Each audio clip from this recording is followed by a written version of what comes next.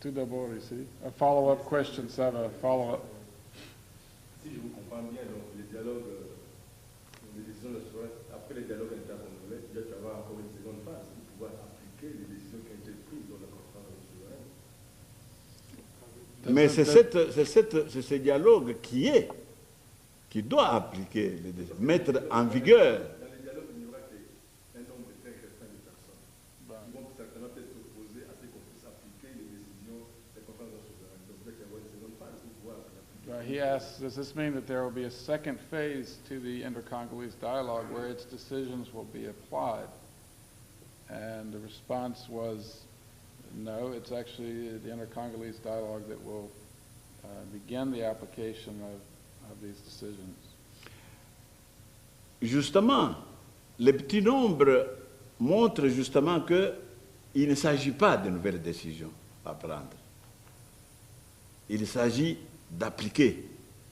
Parce que n'oubliez pas que Lusaka avait dit qu'il faut créer un ordre politique nouveau.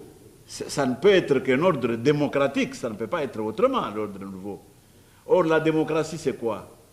C'est légiférer non pas en fonction des intérêts personnels des législateurs ou d'autres choses, mais vous légiférez en fonction des aspirations profondes du peuple.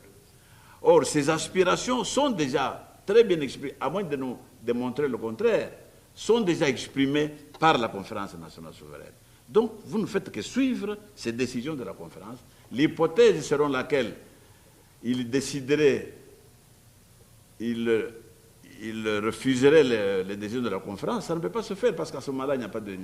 Le dialogue ne sortira jamais le Congo de la dictature et surtout n'instaurera pas l'ordre démocratique. S'il vous plaît, je peux faire la traduction. So surely the work of the inter-Congolese dialogue is, in fact, the application of decisions of the Sovereign National Conference. And I say this because the Lusaka Accord speaks of a new order, and that new order is certainly democracy.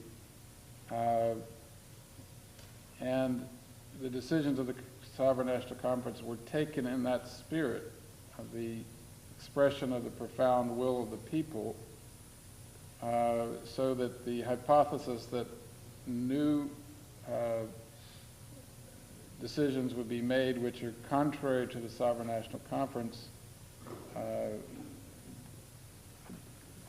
is not a hypothesis which is likely, that we need to entertain at this point.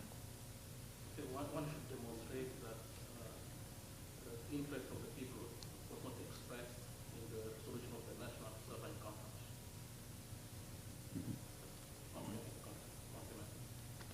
Thank you. Qu'est-ce qu'il dit? Complétez la traduction. Il a explicité l'affaire.